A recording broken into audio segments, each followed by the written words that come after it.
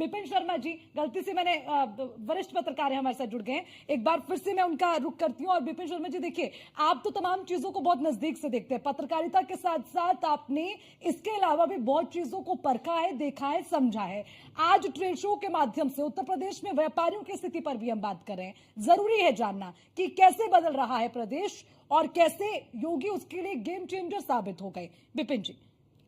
अर्चना जी धन्यवाद। देखिए, आज जो ये यूपी इंटरनेशनल ट्रेड फेयर का आगाज हुआ है, मैं इसको एक ऐतिहासिक पल कहूंगा, क्योंकि यहाँ पर देखिए ये दूसरी श्रेणी का था, दूसरा एडिशन था यहाँ पर, और ग्रेटर नोएडा में इसका आयोजन हो रहा है इंडिया एक्सपोजिशन मार्ट पर, जो अपने आप में एक बहुत ही अद्भुत जगह है, और जिसका जब निर्माण हुआ और उसके पीछे जो सोच थी, अगर हम बात करें डॉक्टर राकेश कुमार की, जो चेयरमैन भी हैं और जिनका एक बहुत ही प्रशंसनीय काम उन्होंने करा और जिनको हैंडीक्राफ्ट्स मैन ऑफ इंडिया कहा जाता है, तो यहां पर आपको समझने की आवश्यकता है कि एक दौर हिंदुस्तान ने देखा था जब हम महज व्यापार को तवज्जो देते थे।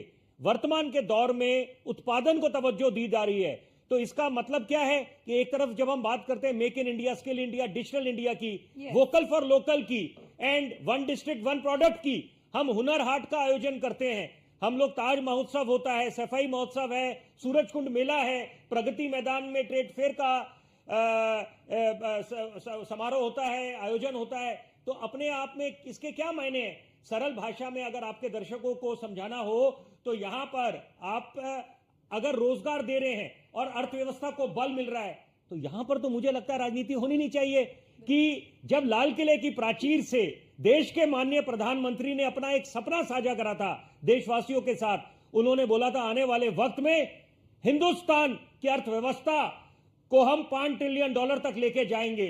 तो वहां पर हिंदुस्तान में और भी राज्य हैं, लेकिन पहल करी मुख्यमंत्री योगी आदित्यनाथ ने। उन्होंने बोला उत्तर प्रदेश का योगदान $1 ट्रिलियन होगा। तो बड़े विश्वास, जिम्मेदारी से मैं बोलूंगा, उसकी तरफ यह आज एक कदम है कि यहां पर आप अगर एक ग्लोबल प्लेटफॉर्म दे रहे हैं, 2500 स्टॉल लगे, और जो अनुमान लगाया जा रहा है वो तो देखिए जब इसका आयोजन संपन्न हो जाएगा और जब पूरा आकलन करा जाएगा तब पता चलेगा कि कितना व्यापार हुआ। लेकिन जो अनुमान लगाया जा रहा है, आशावादी होना पड़ेगा।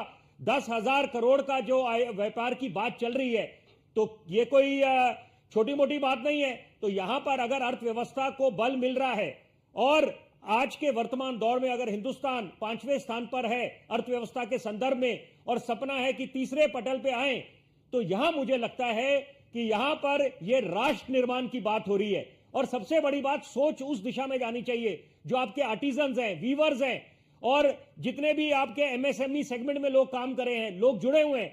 तो यहां पर अगर रोजगार मिल रहा है तो वहां पर मुझे लगता है कि यहां पर सोच भी सकारात्मक होनी चाहिए, और यहां पर सबके साथ की आवश्यकता है। और इस जो आयोजन हो रहा है इस समय ग्रेटर नोएडा में, उसको सफल बनाने के लिए सबको अपनी भूमिका निभानी पड़ेगी। बिल्कुल।